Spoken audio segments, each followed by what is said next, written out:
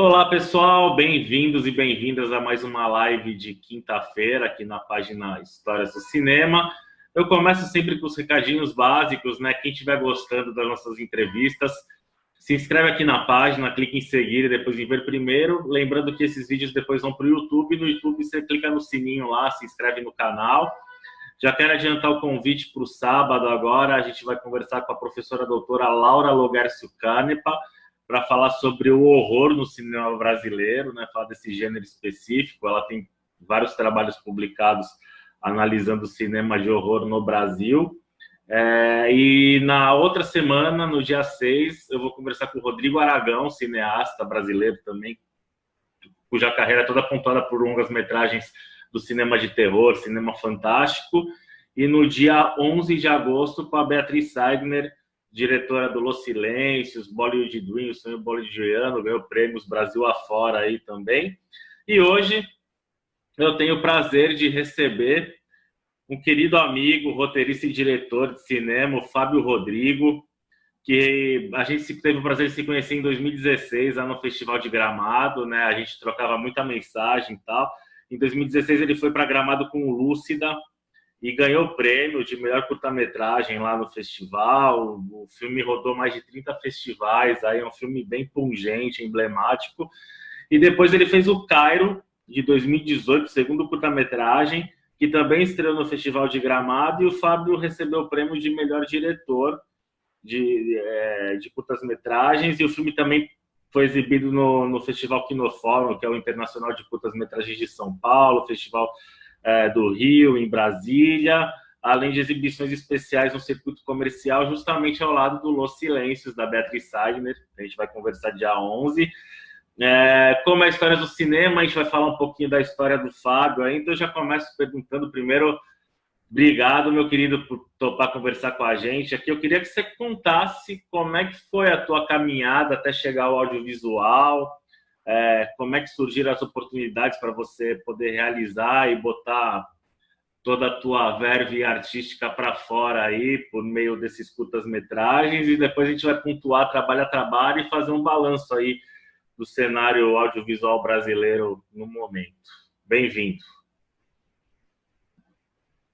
Obrigado, muito feliz, né, cara? A gente é parceiro, assim, a gente se conheceu lá em Gramado e eu lembro da gente ter umas conversas muito bacanas lá, e depois disso a gente continua em contato. Eu fico muito feliz. Eu tô vendo aí a lista de pessoas que você vai entrevistar, que já entrevistou também, né? E tô feliz por estar no meio desse bando de gente talentosa. Uhum. Eu comecei a me interessar por cinema já dentro da faculdade. Na verdade, eu trilhei um caminho meio oposto do que os cineastas brasileiros trilham, assim.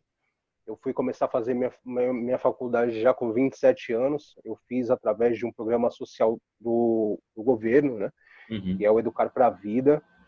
E eu resolvi cursar audiovisual. Na verdade, eu estava interessado em outras coisas. Assim. Na verdade, eu queria escrever e criar, mas eu pensava que talvez eu pudesse entrar no mercado através da publicidade, ou, talvez, ou de outra forma. Assim. Eu queria trabalhar com áudio, vídeo e contar histórias.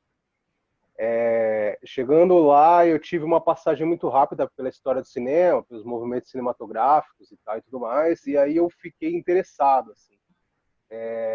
E aí eu me inscrevi para participar de uma oficina de cinema que funciona aqui no Festival Internacional de Curtas de São Paulo, que é a oficina são as oficinas que no fórum, né?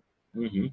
E a partir daí eu tive que mandar um primeiro argumento de curta-metragem para lá. E o primeiro argumento de curta-metragem que eu mandei foi justamente o Cairo. E foi a primeira história que eu pensei e escrevi e mandei para lá e entrei para fazer roteiro. E aí lá eu me apaixonei por tudo, pelo mundo do cinema. Então, assim, fui introduzido no cinema pelos curtas, né? Uhum. Comecei a ver curtas no festival, aí lá a gente fez um curta colaborativo, e aí eu comecei a assistir, e depois fui estudar à parte, assim. eu trabalhava numa empresa, é até curioso essa história, que eu trabalhava numa empresa de telemarketing que fica do lado de onde era a penitenciária do Carandiru. E lá se tornou uma biblioteca pública. E aí eu comecei, eu trabalhava 6 horas lá como telemarketing, eu saía de lá e ia para a biblioteca ler sobre cinema. Lia de tudo, assim, desde crítica, resenha, análise de filmes, perfil de diretores. E aí eu comecei a ler à parte, assim. E também comecei a fazer um sistema próprio para mim, assim, para eu poder me introduzir ali naquele mundo. Por quê? Porque quando eu fui lá, eu vi que os cineastas que estavam começando, que estavam fazendo seus curtas-metragens, eram acessíveis, eram pessoas com quem eu poderia conversar, com quem eu poderia trocar ideias. Assim. E aí eu procurei algumas pessoas, comecei a falar e comecei a pesquisar também sobre elas. Comecei a ver assim quais eram as referências delas em termos de longa-metragem, já que eu não tinha uma cultura cinéfila, né? Eu conheci o cinema comercial, o cinema que todo mundo conheceu quando criança, eu assistia filmes de sessão da tarde e tudo mais. E aí eu comecei a entender um pouco mais sobre a arte de fazer cinema. Assim. Eu pegava as referências dessas pessoas, ia estudar e ia procurar esses filmes. E aí foi assim que eu me interessei pelo mundo do cinema. Uhum. Né? E aí a caminhada até fazer o Lúcida foi que eu... na verdade, aí eu peguei esse roteiro do Cairo, esse argumento, e inscrevi também num curso de cinema, um curso de roteiro, na verdade. Eu saí dessa empresa, peguei a grana que eu tinha e fui fazer um curso de roteiro. Assim. Uhum. A Carol engravidou, estava grávida do Vinícius e tudo mais, e a gente estava numa situação difícil, desempregado e tal. E eu fui fazer roteiro, tá ligado? E fui tentar cinema, assim. E aí eu fiz um curso na Belas Artes, que foi muito importante para mim. Lá eu desenvolvi o roteiro do Cairo e deixei ele pronto. Quando eu deixei ele pronto, eu mandei para o edital. Sem saber nada, assim. Não sabia de nada. Não sabia como funcionava o sistema de produção de filmes, sabe? Uhum. Eu entendi um pouco, eu estava entendendo um pouquinho mais de linguagem, mas eu entendia como funcionava a produção.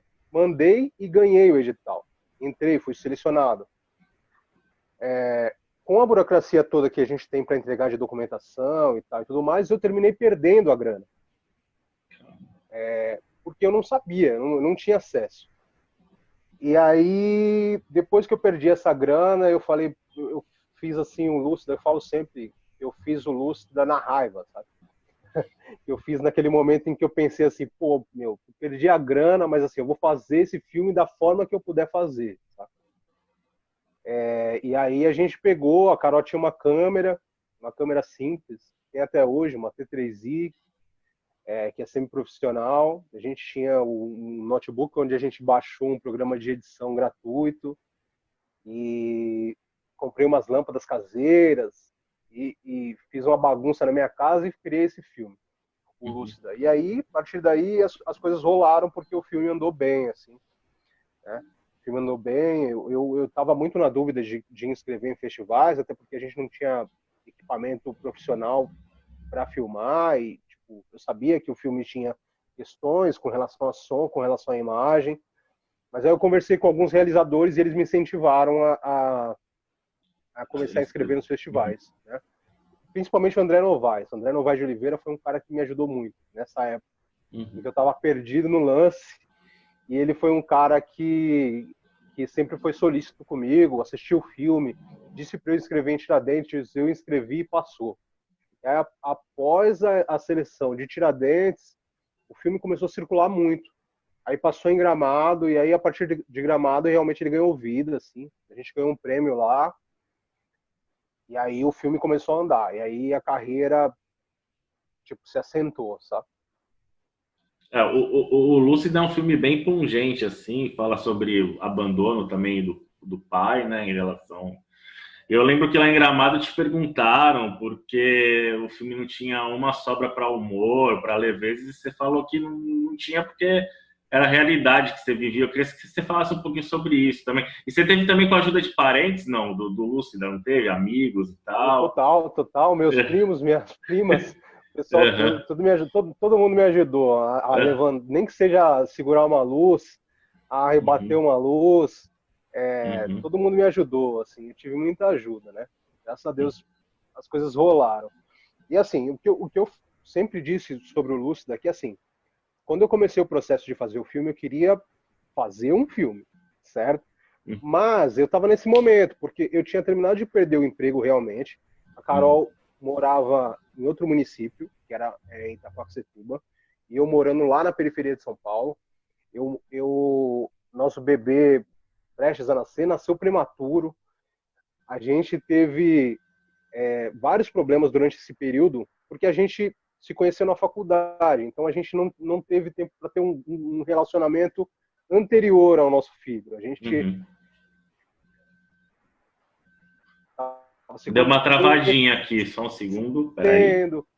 Começando a se gostar, e aí eu tava realmente... Fábio, deu uma travada aqui, cara. Calma aí. Fala alguma coisa aí. E travou total. Voltou aí? Tá tudo ok? Agora voltou. Dá uma olhada aí. Agora voltou. Voltou. Então. E esse era um dilema pessoal real meu, né? Eu estava passando por aquilo naquele momento. Então, assim, eu fui incorporando coisas da minha vida dentro do filme. Tanto que hoje, assim, eu assisto ele assim, e ver ele numa telona de cinema, assim, é meio que você ver tua alma ali, teu espírito, sabe? Assim, revelar para as pessoas, né? Então, assim, não tinha esse espaço porque eu estava passando por um momento muito pesado da minha vida. Eu estava muito na dúvida se o nosso relacionamento como casal daria certo. Muita dúvida de que forma que eu ia criar essa criança, de que forma que eu ia estar próximo dessa criança, de que forma que eu ia ser um pai, sem ter tido essa imagem paterna na minha vida mesmo, né? E essa é uma dúvida que está lá no filme, que a gente conseguiu retratar, e é por isso que o filme vai por esse viés, assim.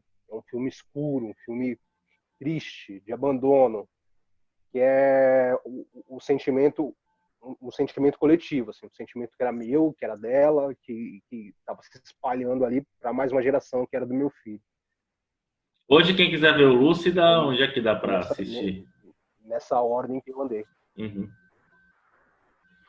O Lúcida tá no meu Vimeo, tá aberto. O Lúcida tá aberto. A gente vai por aqui, então. Pode colocar o link aí, quem quiser assistir o Lúcida tá lá. É um filme de 2016 já, o tempo passa rápido, 2015, né? O tempo passa rápido. Mas foi um primeiro filme, que ajudou a andar, assim, as coisas. Aqui em Santos a gente exibiu ele numa sessão dupla com o filme do Sabotagem, né? Do Ivan 13P, foi bem legal. Sabotagem, Maestro do Canão. Maestro do Canão, isso mesmo. Foi uma alegria pra gente, assim, você sabe que eu sou um rapper frustrado, né? Quando eu tinha 16, 17 anos, eu tinha grupo de rap em São Paulo. Eu tentei por alguns anos fazer rap, assim, era sempre minha onda, assim, a arte. E assim, o Sabotagem é um ídolo. Quando eu fiquei sabendo dessa sessão, eu fiquei feliz demais, cara. Foi incrível. Foi bem, lotou. Veio a galera do movimento hip hop de Santos, foi bem bacana, assim.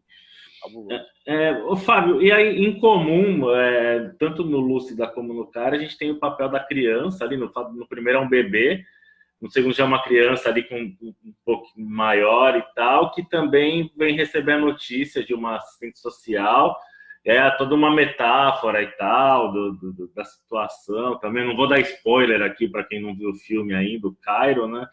E aí, fala um pouco do Cairo, como é que foi a produção? O Cairo, você já teve uma estrutura técnica maior, né? Acho que foi através de edital também, né? Que a gente, como é que foi realizar o Cairo e como é que você se sentiu tendo essa estrutura um pouco mais ampla para poder realizar o filme?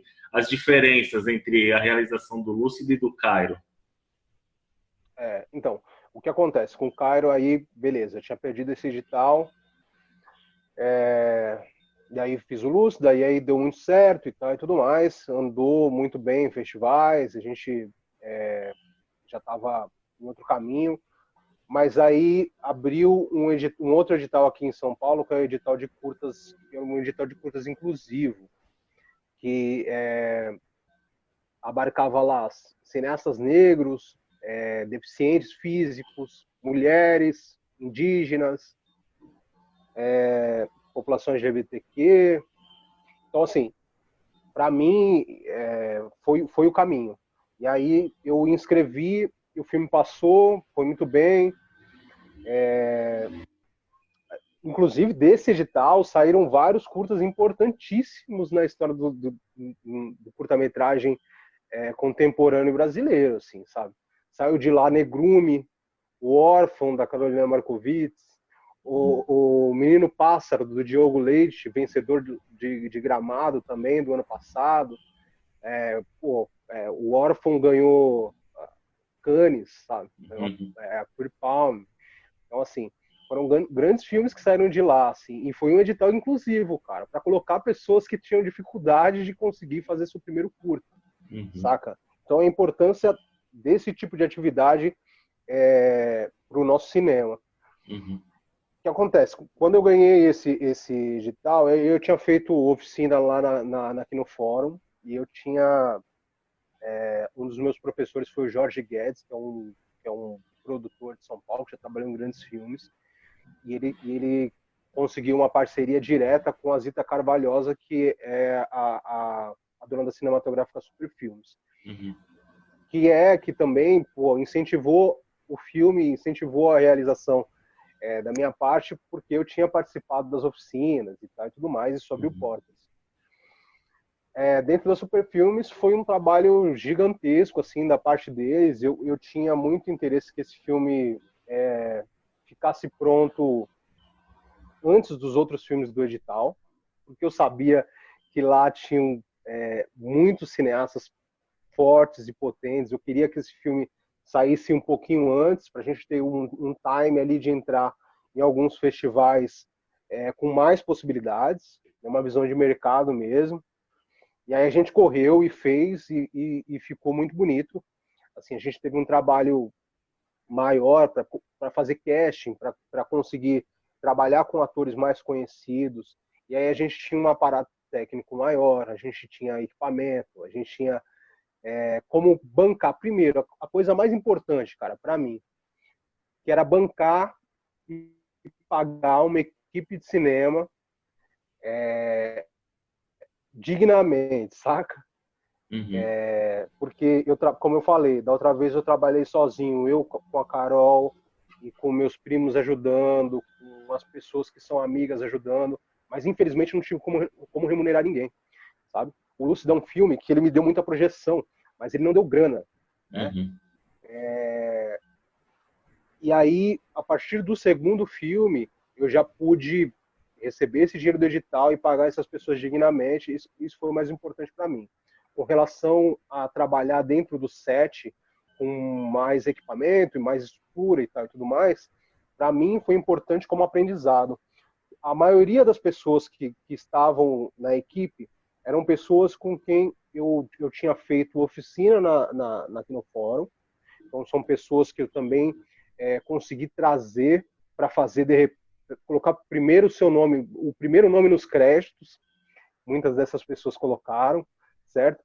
Mas também eu tive um lance de ter a experiência da Super Filmes por trás para me dar esse aparato, e tinha atores experientes para ajudar os mais inexperientes, como era o Pedrinho na época, né? Que era o menino que fez o Cairo, que é o protagonista, e que hoje já tem uma carreira gigantesca. Para mim, o menino explodiu, né? Assim, tá na novela das 9, filho da Thaís Araújo. Então, assim, a gente hoje, olhando essa construção de equipe, e esse lance do dinheiro chegar a quem está aqui tentando e trabalhando, fazendo arte, e tendo essa possibilidade de trazer e agregar pessoas, deu o pontapé inicial em várias carreiras, cara, promissoras, assim. Uhum. saca?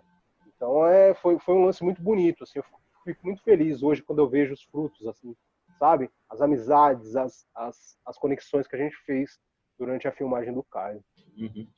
Você falou aí da questão do edital inclusive. Eu queria que você falasse um pouquinho da importância dessas pautas afirmativas, não só de edital, para filmes, obras artísticas feitas por pessoas pretas, GLBTQIA+, e tal, mas também em relação às cotas, das oportunidades que as cotas proporcionam em universidades e tal.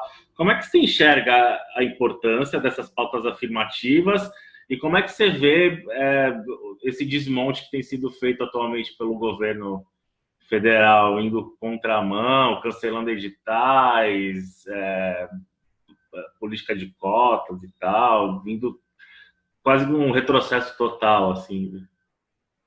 Então, assim, o interesse do governo atual, infelizmente, é quebrar, né? Quebrar o que a gente tem de acesso à cultura. Não sei nem se é só acesso à cultura, sabe? Para Uhum. mim, assim, o interesse do governo atual é quebrar o acesso que a gente tem à verdade, sabe?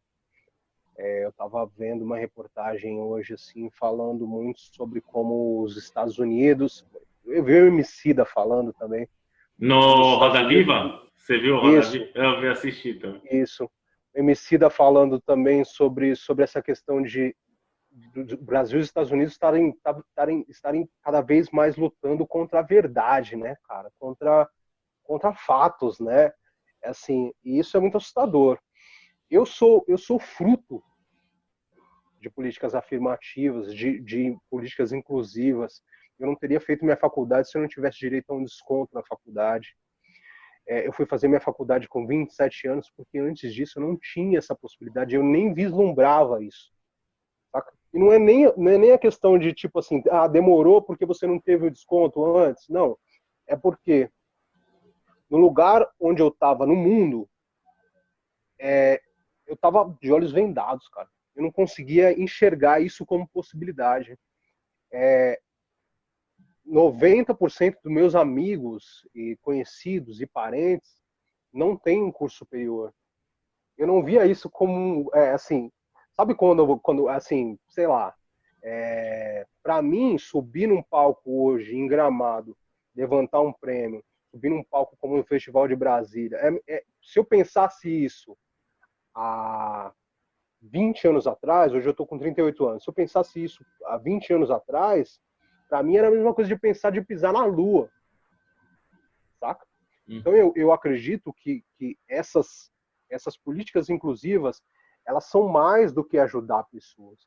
Elas são uma forma de abrir o olho delas para que elas possam enxergar seu próprio potencial, certo? Uhum. Porque eu jamais vislumbraria esse tipo de coisa se eu não tivesse acesso a esses lugares, cara. Então, assim, se hoje a gente tem uma situação política que está tentando destruir tudo isso, e isso está sendo, infelizmente, apoiado massivamente pelo povo que mais precisa disso, que é o povo da própria periferia, certo? Que é assim, eu não estou dizendo que a periferia é culpada desse cara estar lá, Uhum. saca? Mas eu digo que aqui você vê um apoio massivo para isso. Mas isso é decorrente da política implementada por eles de combate à verdade, porque quando a gente, como eu te falei, quando eu estava lá, a informação que chegava em mim era que isso era impossível. Uhum. E eu acreditava, certo? Eu acredito que é esse momento em que o povo brasileiro está passando, assim. Eles estão, assim, está sendo feito de uma forma que as pessoas estão acreditando que esse é o caminho correto. E, e é assustador, saca? Eu, assim, você vê lá nas minhas páginas em redes sociais, lá, assim, pouquíssimas vezes eu cito política, pouquíssimas vezes eu milito, sabe? Porque eu sou um cara que, assim, eu tento muito escutar a voz das pessoas, saca? Assim, de saber o que é aqui a verdade fora do que tá rolando lá na internet, nesses meios e tal e tudo mais.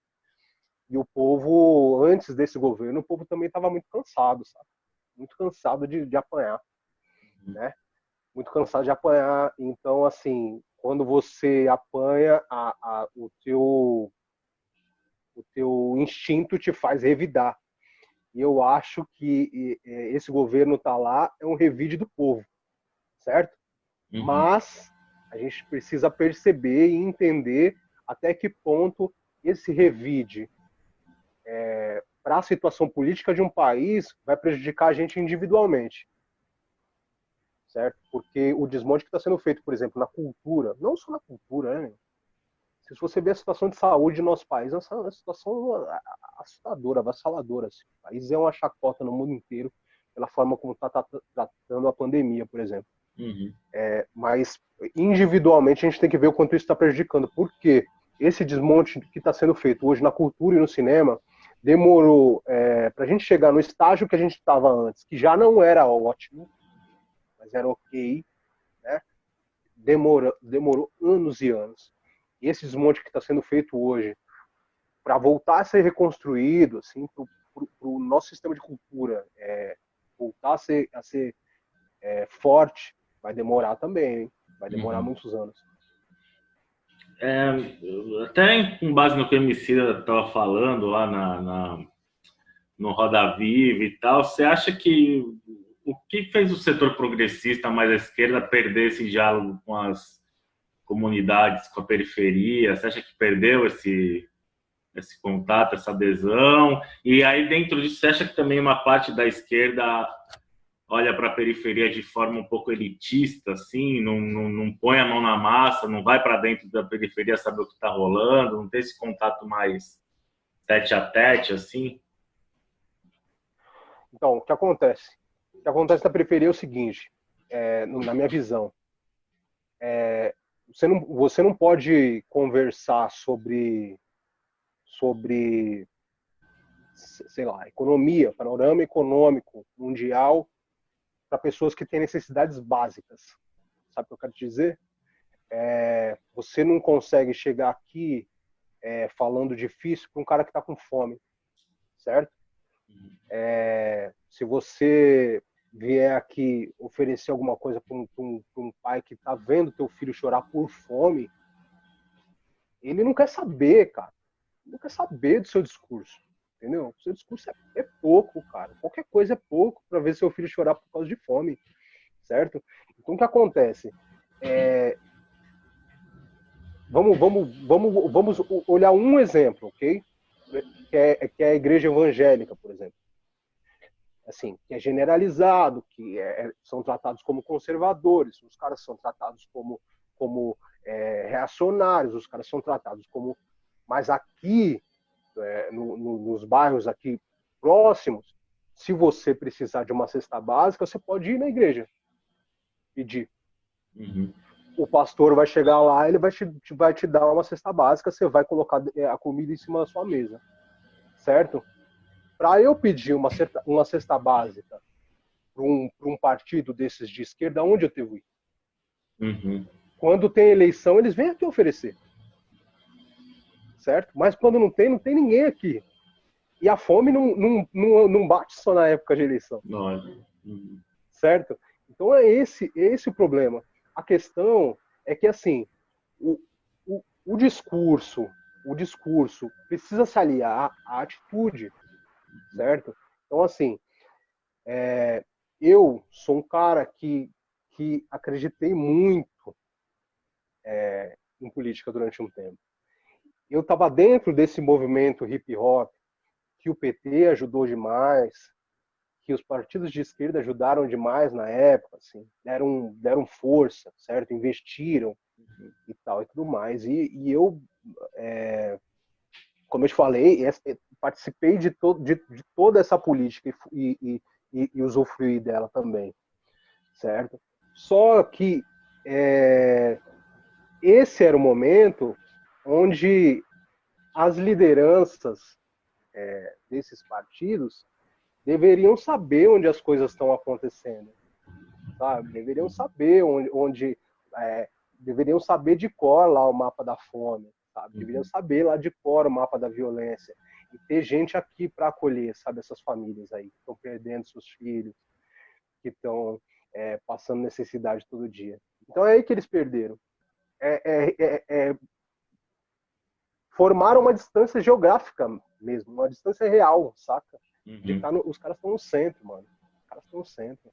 Ver as coisas lá do centro, dentro de um painel gráfico de estatística, lá é fácil, entendeu? O problema é você vir aqui, saca?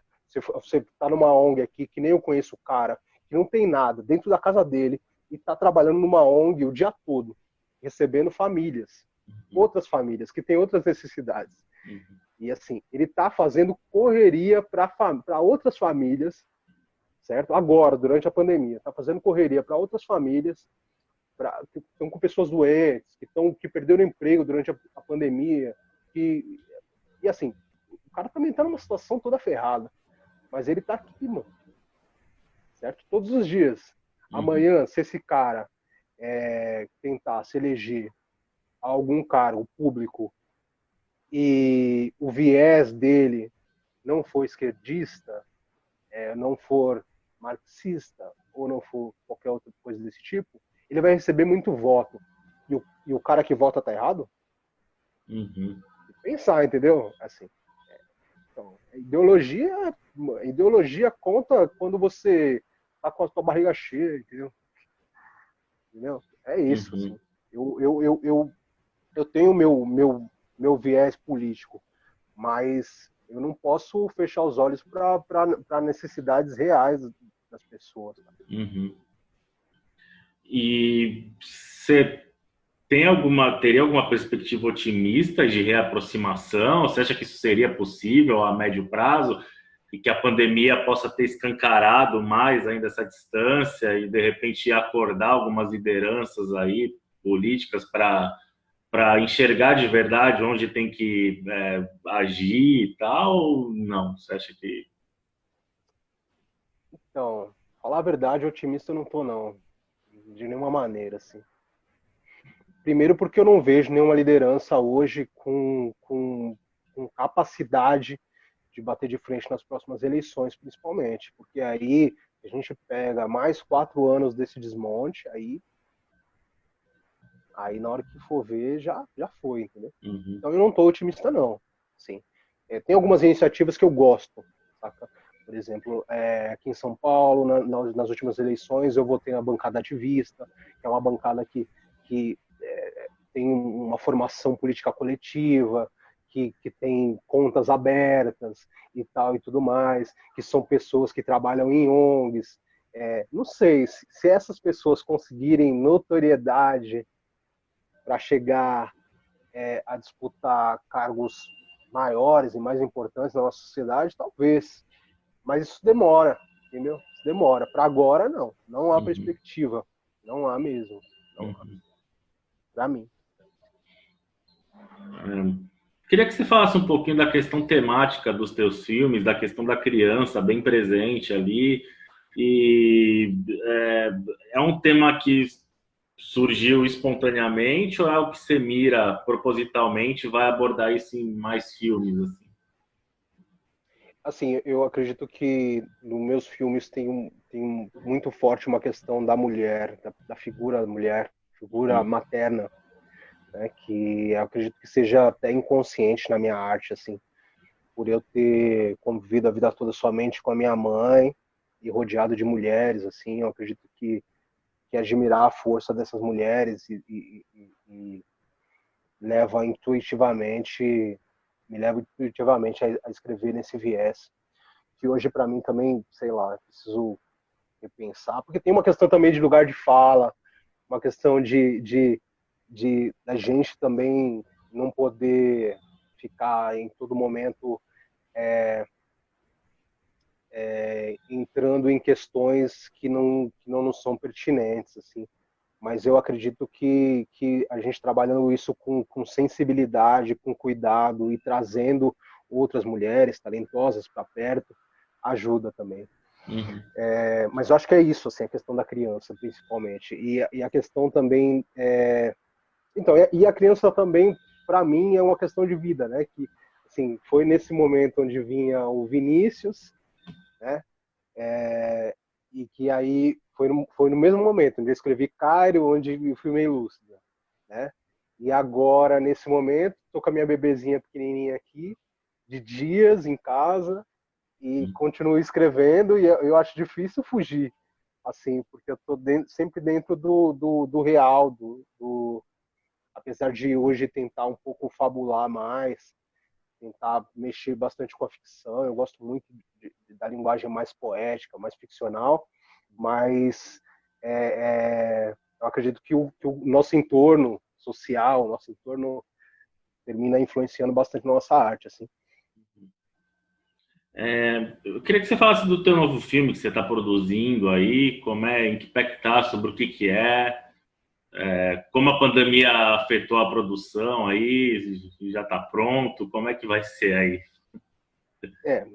O Entre Nós e o Mundo é um É, curta-metragem que está pronto desde tá o ano pronto. passado, então a gente não... A única coisa que a pandemia afetou é a questão de circulação do filme, né? Uhum, Muitos festivais foram cancelados, outros festivais mudaram de formato, foram para a versão online. Então, assim, a distribuição do filme mudou um pouco a estratégia, mas ele estava pronto. uhum. E outra coisa sobre temática é que, assim, eu tô cansado de fazer filmes sobre tristeza, sobre coisas pesadas, sobre temas pesados, né? Esse novo filme, ele fala sobre a morte do meu primo, Taylor, filho da Erika, que foi assassinado em frente à escola no ano de 2016. Então, 2016, onde eu estava lá, em Gramado, passando por toda aquela situação, né, bonita, né, de conseguir lá algumas conquistas da carreira e tal e tudo mais, eu passei por essa situação. Na verdade, é uma situação em que, assim, seja tão pesada para mim, é mais pesada para a mãe dele, e que são pessoas muito ligadas a mim. E eu, na época, escrevi esse projeto, que era um documentário falando sobre isso, porque para mim era importante, eu queria protestar, eu queria falar, eu estava revoltado com a situação. Então eu escrevi esse projeto e aí ele terminou que só foi aprovado para ser filmado no final de 2017, e a gente filmou em 2018. Então, assim, com essa diferença de 2 anos para filmar, o filme mudou muito, sabe? Essa ideia minha de revolta, de, pô, vamos dar um jeito nisso, vamos mudar o Brasil, mudou também, sabe? Mudou em mim esse tipo de sensibilidade, assim. Eu resolvi, a partir daí, fazer um filme um pouco mais sensível, me aproximar da mãe dele, da avó dele, das tias dele, das pessoas que conviviam com ele todos os dias. E a gente fez um filme de amor e de amor à vida,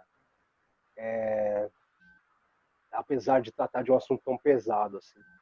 E é um filme que estreou em Tiradentes, na Mostra de Tiradentes agora 2020, Uhum.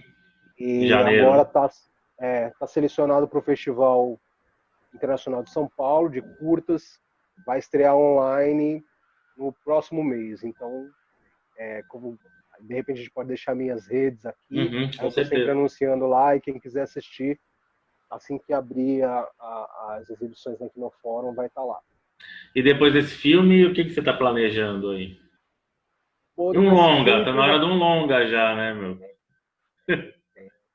tem que fazer, né?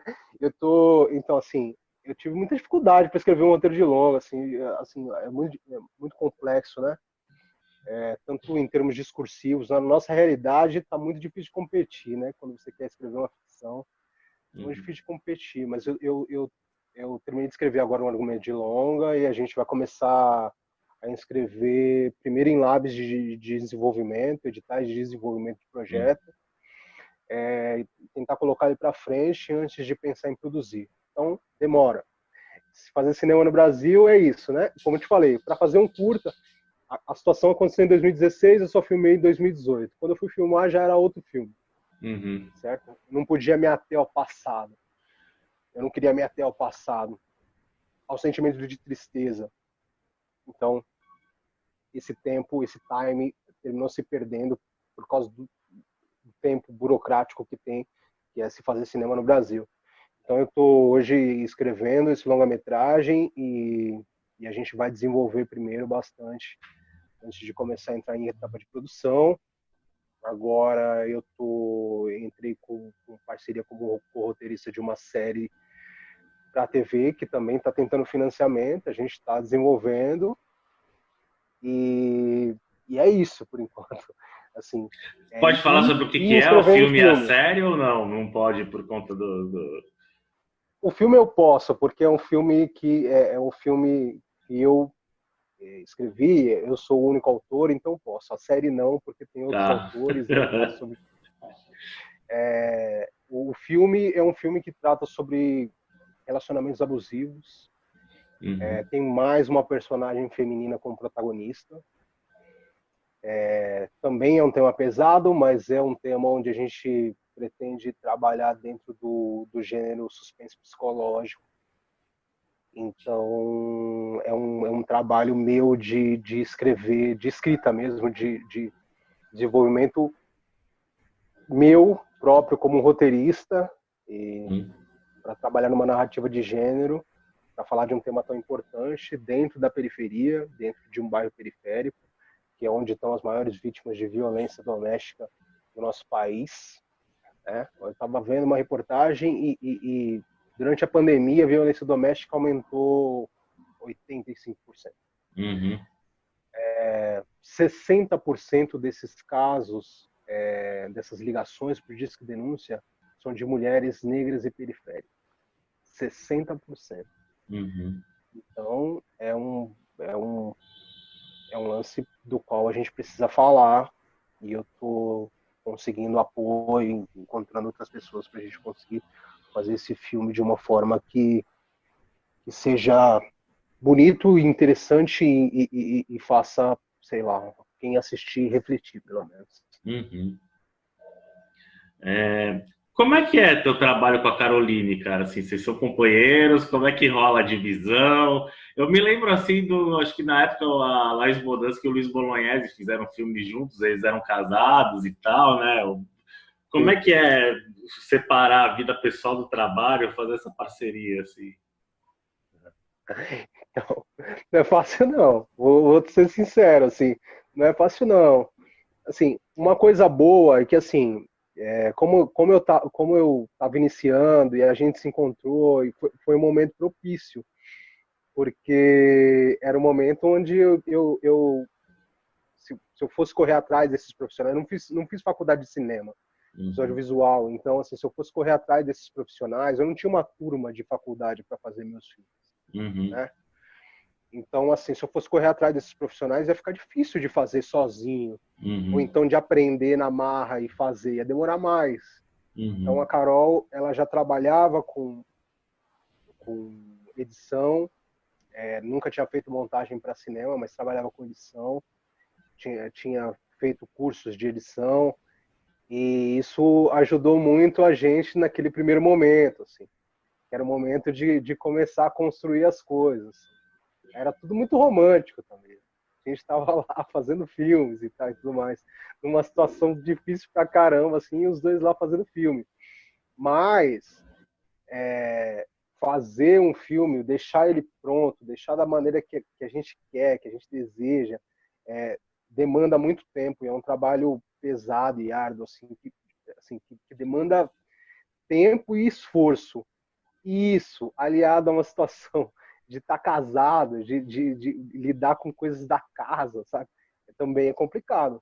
Então a gente discute muito, tanto assim, artisticamente, mas estamos nos esforçando para não misturar as coisas, sabe? Cada vez mais, assim, e cada vez mais se entrosar também, porque eu acho que quanto mais ela faz esse trabalho comigo, mais a gente se entende também, mais ela é a pessoa com quem eu consigo, tipo, bater no olho e entender, não, olha, não tá bom, olha, não, realmente, vamos pensar melhor isso aí, saca? Assim, eu acho que esse lance de ter com um montador, não são todos os cineastas que têm. Isso é importante pra gente, a gente tem que usar isso como potência. Show, sensacional. Mas não rola um dia, um horário do dia que você fala, agora vamos falar de trabalho, agora vamos, não. É tudo espontâneo, assim, misturado. Não, cara, não dá. Não dá. Assim, é tudo misturado. Agora, assim, a gente tava, sei lá, vou ter uma reunião sobre o longa hoje, mais tarde. E aí a gente estava aqui de manhã conversando e ela com a bebê na mão, com a mamadeira, e eu levantando para ir com o Vinícius lá escovar os dentes. Não tem como. Você entende o que eu quero dizer? Assim, as coisas estão muito misturadas. Não tem como fazer uma reunião de trabalho. Assim, ainda mais agora, em termos de pandemia. Todo mundo dentro de casa, entendeu? Nosso filho tem 6 anos, assim, e borda pela casa. Assim. Então, a gente está sempre envolvido com a casa e com o trabalho, falando das duas coisas ao mesmo tempo. Principalmente comigo, que sou um capricorniano. Ela também é capricorniana, né? Então são duas pessoas, assim, duas personalidades muito ligadas ao profissional, né? Então, assim, comigo é difícil, cara. Eu falo de cinema praticamente 24 horas por dia. Penso em cinema praticamente 24 horas por dia. E assistir filme, qual que é a rotina? Assim, você procura assistir bastante? Vocês procuram? Assim, Então, na verdade, o que acontece? Foi o que eu te falei no começo. Quando eu comecei, eu já estava muito tarde. Vou pensar para iniciar e fazer cinema. E aí, meu cálculo foi, capricorniano, né? Sempre montando uma estratégia. Assim, o que eu pensei? Assim, tenho, sei lá, mais de 100 anos de história de cinema. Se eu for ver tudo, eu não consigo completar nada do resto da vida. Então, assim, o que eu tento fazer é selecionar coisas mesmo, selecionar um caminho para ver. Assim, eu tenho planejado, assim, sabe, o que eu vou ver, o que eu não vou ver, quais são os diretores que me interessam, quais os filmes que saíram. Eu sou viciado em curta-metragem, então agora que os festivais estão online, eu tô maluco, assim, porque eu quero ver tudo. Tá? Eu sou viciado em curta-metragem, então, assim, a gente, falando sobre produção de curtas, assim, a produção de curtas brasileiros é muito potente, cara. É muito potente, assim. Se você for pensar aí no ano de 2018, 2019, que foram anos também importantes para os longas, né? Que a gente teve lá Bacurau em Cannes, a gente teve várias coisas importantes para os longas-metragens. Os curtas, nesses últimos anos, brasileiros, assim, estão fazendo uma trajetória incrível, sabe? E eu sou muito, assim, eu estudo muito isso. Inclusive, outra coisa de projeto novo que futuramente a gente está começando um curso de roteiro de curta-metragem. Ainda não está anunciado, mas estou antecipando aqui. E quando tiver também a gente anuncia certinho quando vai começar. Porque assim, eu procuro estudar, eu procuro assistir muito curta-metragem, tanto brasileiro quanto internacional. Assim, então, assim, porque assim, eu penso na invisibilidade desses filmes também, sabe? Assim, na marca histórica que esses filmes não deixam, sabe? Se você for pensar assim no João Paulo Miranda Maria, que agora entrou e vai disputar com o primeiro longa a Palma de Ouro, né? Disputaria se não fosse esse tempo de pandemia.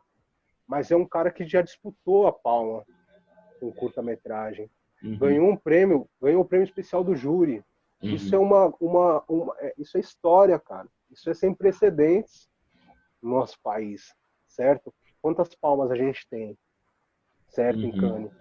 Quantas vezes a gente teve lá, o ano passado, ano retrasado, né? O ano retrasado foi em 2018, onde a gente estava com o Cairo lá em Gramado, e a gente ganhou a melhor direção, e quem ganhou o melhor filme foi Guaxuma, da Nara Normandi. Guaxuma entrou na pré-seleção do Oscar nos últimos 10, cara. Ele caiu nos 4. Saca? Então, assim, é história, velho. Então, assim, isso é curta-metragem, saca? Então, assim, é muito importante a gente estar ligado, assim, e eu procuro muito ver, assim. Verdade. Hoje tem plataformas de streaming só com curtas-metragens também, né? Você consegue achar. Tem. Aqui no Brasil a gente tem a Cardume, que é relativamente nova, tem a Tamanduá TV, que também tem muitos filmes, tem o portacurtas.org, que tem muitos curtas-metragens à disposição, curtas históricos brasileiros, assim, Uhum. e a gente tem. Só que, assim, eu falo sobre a invisibilidade porque se você for calcular o preço que tem de você fazer um filme e conseguir chegar, porque assim, se você fizer um longa-metragem hoje e mandar para Cannes, você vai disputar mais ou menos com 1.000 filmes. Uhum. Certo? Se você fizer um curta-metragem hoje e mandar para Cannes, você vai disputar mais ou menos com 4 a 5 mil filmes. Certo? Então, o que é a gente ter um curta-metragem brasileiro no Festival de Cannes? Uhum. Saca? Você pensa nisso. Então, a gente teve lá, o ano passado, o Órfão. Esse ano, a gente já tem como selecionado na Semana da Crítica um novo filme da Lila Halla, que é um filme também que foi feito aqui no Brasil com os orçamentos que a gente tem, saca? Com os editais que a gente tem, com a grana que entra, assim. Uhum. Que é pouco, cara, sabe? Se você for pensar, se você vai disputar com gente que está fazendo filme dentro de um estúdio de Hollywood, cara. Uhum. Certo? Então, assim, é muito pesada a disputa para o reconhecimento ser tão abaixo. Então, Uhum. assim, a gente aqui tem pouca crítica de curta-metragem, a gente aqui tem pouca evidência em festivais de curta-metragem.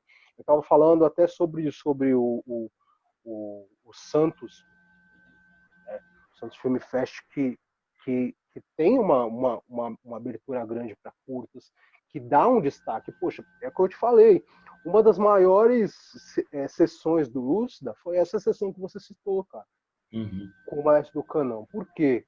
Porque isso dá uma visibilidade. Com certeza nessa sessão tinha bastante gente, Uhum. sabe? Tá lotado. Muita gente viu o filme, Uhum. certo? Gramado também fazia isso, colocando um longa na frente de um curta. Lá a gente passou com Lúcida depois do filme do Marco Dutra, do Silêncio do Céu, Uhum. sabe? Então, assim, é preciso se dar visibilidade para esses filmes, cara, Com de certeza. alguma maneira, sabe? Porque, assim, o que está sendo feito aqui, se você for pensar, olha, tem um curta-metragem chamado Carne, da Camila Cater. Uhum. Esse filme passou no Annecy, passou no Toronto Film Festival. Passou assim em mais de 10 festivais lá fora, assim, eu digo dos grandes, Uhum. digo dos grandes. E foi feito com um edital aqui no Brasil que dava, sei lá, 40 mil para se fazer um filme, 50 mil reais para se fazer um filme, Uhum. certo? Concorrendo sei lá, com o que está concorrendo lá? Com Pixar, Uhum. certo? Um curta-metragem de animação vai concorrer com eles, cara. Você entende o que eu quero dizer? Então, assim, Uhum. é uma coisa que a gente precisa rever assim, no Brasil. Assim. Dentre tantas coisas mais importantes, das desimportantes, essa é uma coisa. Sabe? Uhum. De ver os nossos realizadores. Sabe? Esse ano tem uma amostra do Leonardo Moura Mateus, que é um realizador brasileiro, que com 5 a 6 curtas-metragens no Festival de Locarno, uma sessão especial para o cara. Uhum. Aqui no Brasil, assim, você tem que pegar esses grandes festivais, olhar para esses grandes festivais e ver quantas vezes eles fizeram isso para curtas-metragistas brasileiros, Uhum. saca? Mas não precisa um gringo fazer, sabe? Então, é disso que a gente fala quando fala de curta, assim. Então, eu falo porque, assim, eu sou muito viciado mesmo. Eu procuro ver tudo. Procuro ver tudo. Tudo que é curta-metragem, eu tento assistir, tento acompanhar os realizadores desde o começo, virou um costume meu. No festival, eu fazia isso para entender o universo e para começar a fazer, mas hoje eu faço isso porque gosto, Uhum. porque me faz bem acompanhar essas pessoas. Assim. Se Uhum. você for olhar aí, se você for olhar, então assim, que nem cineastas pretos, por exemplo, certo? Você tem Negrume, venceu o Mostra de Tiradentes ano passado. Você tem, esse ano, Julia Zacchia, venceu Festival de Brasília. Sabrina Fidalgo, a melhor Sabrina. diretora do Festival de Brasília. Diogo Leite ganhou melhor direção no Festival de Gramado, 2019. Marco Antônio Pereira tem 5 Kikitos no Festival de Gramado, já. Foi selecionado 2 anos seguidos. Uhum. Então, assim, é uma história muito grande já, saca? Assim, A gente tá querendo fazer uma entrevista com a Sabrina Fidalgo, estamos no pé dela para ela falar com a gente aqui. Vamos ver. Então, assim, são pessoas que estão em ascensão, e aí você vai Uhum. olhar assim, o currículo do cara, o cara não tem uma longa-metragem, aí você ignora. Mas o curta-metragem brasileiro vem fazendo história, cara, sabe? Uhum. Tipo assim, e esses realizadores, em breve vão fazer seus longas também. Assim. Uhum. Vai demorar um pouco, ainda mais com a situação política que a gente está, mas é preciso ter atenção para o que essas pessoas estão fazendo, sabe? Uhum. É preciso também que a crítica, o jornalismo, as pessoas estejam ligadas, porque e se acontecer o que aconteceu com a gente lá na década de 90? Tá, não sei se está muito longe, que é onde ninguém conseguia fazer longa. E aí? Entendeu? Uhum. E aí o curta volta a tomar espaço, de que forma que a gente vai... aí o curta volta a ser importante, sabe o que eu quero dizer? Então, assim, é bacana, então, a gente abrir os olhos para isso também, enquanto há tempo. Uhum. Show. Fábio, a gente está na reta final do nosso bate-papo aqui por conta do horário. A gente tem o nosso ping-pong final. Sabe, tipo Marília Gabriela no cara a cara, quando ela faz uma. Eu venho Aí. acompanhando as suas entrevistas, eu estou me preparando, cara. Ah, legal. Então eu falo uma palavra, digo uma frase, você de forma sucinta me responde, tá? E no fim eu peço para você deixar um recado livre aí pro pessoal. Queria que você me citasse um filme que te marcou. Um filme, Ela É, Volta na Quinta, André Novaes de Oliveira. tá. Um diretor ou uma diretora? Os André Novaes de Oliveira, Jefferson D. Tá. Jefferson D, show também. É, São os dois. um livro que você Um indicaria? livro. Entre o Mundo e Eu. Esse é um livro que me ajudou muito a construir meu último curta-metragem. Uhum. Entre o Mundo e Eu, de Ta-Nehisi Coates, um jornalista americano preto que fez um livro incrível onde ele ensina o filho dele aos 15 anos a como sobreviver sendo preto na América. Uhum. Um autor ou autora, um escritor, escritora? Escritor, pode ser um músico? Pode, Posso roubar? pode. Mano Brown. Mano Brown. É. Ah, já aproveitando que você falou de música, qual artista da música que você indicaria? Olha, eu sou, assim, do rap, então, assim, para mim, Racionais MCs é fundamental para todas as gerações, as passadas e as futuras. Tem um disco que você indicaria? Sobrevivendo no Inferno. Obra-prima, né? Que era um marco total da música brasileira. Ser cineasta no Brasil é?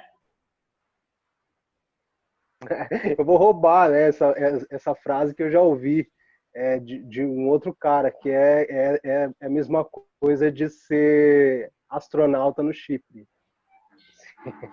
É tentar, viver do sonho, entendeu? Ser Uhum. cineasta no Brasil é viver do sonho, assim.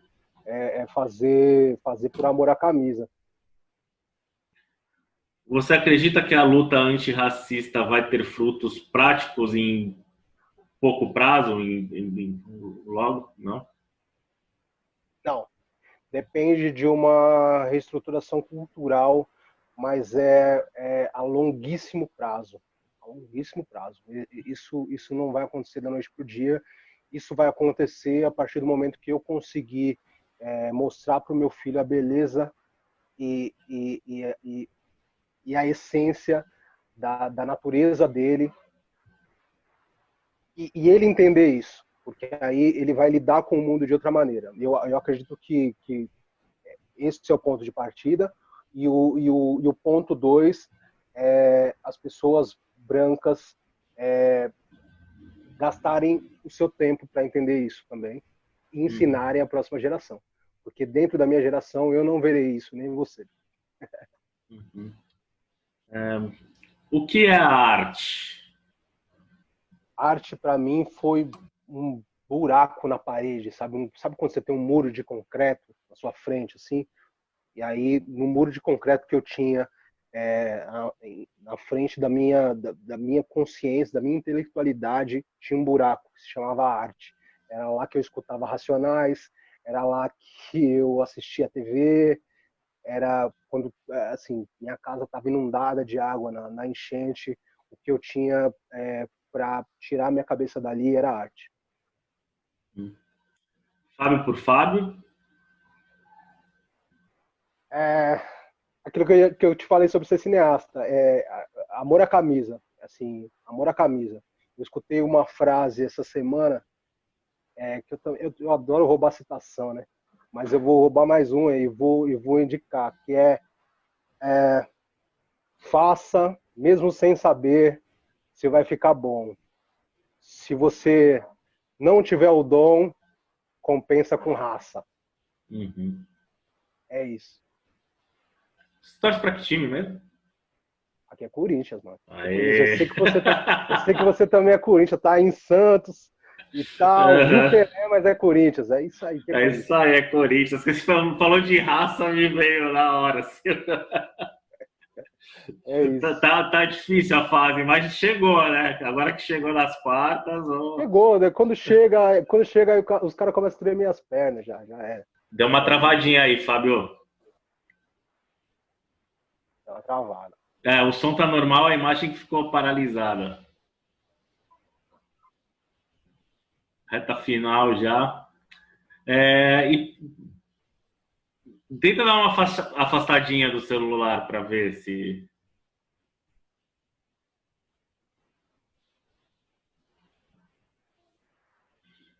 Voltou. Pô, foi algum palmeirense aí que sabotou, meu. Bem na hora, com certeza. O palmeirense que zoou,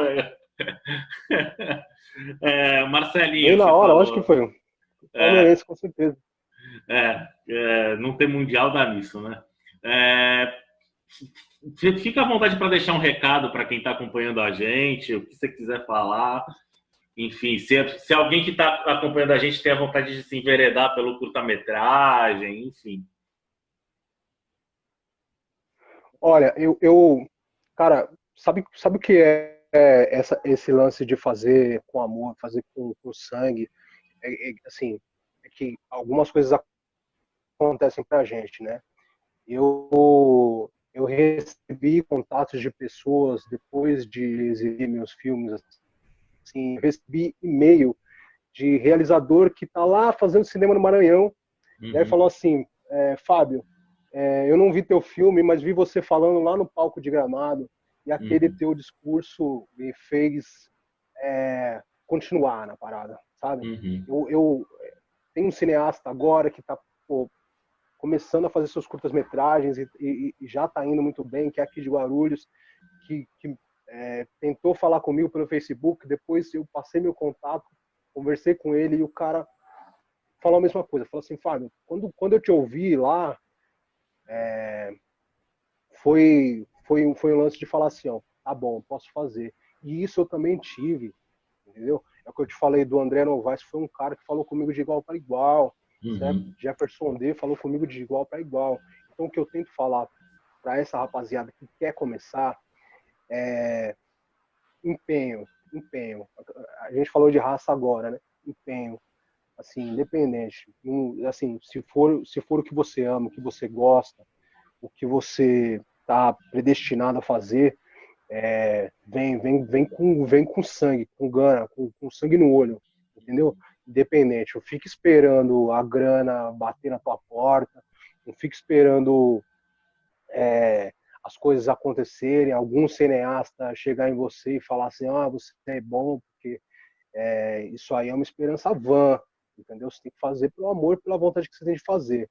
E o que eu incentivo veja muito.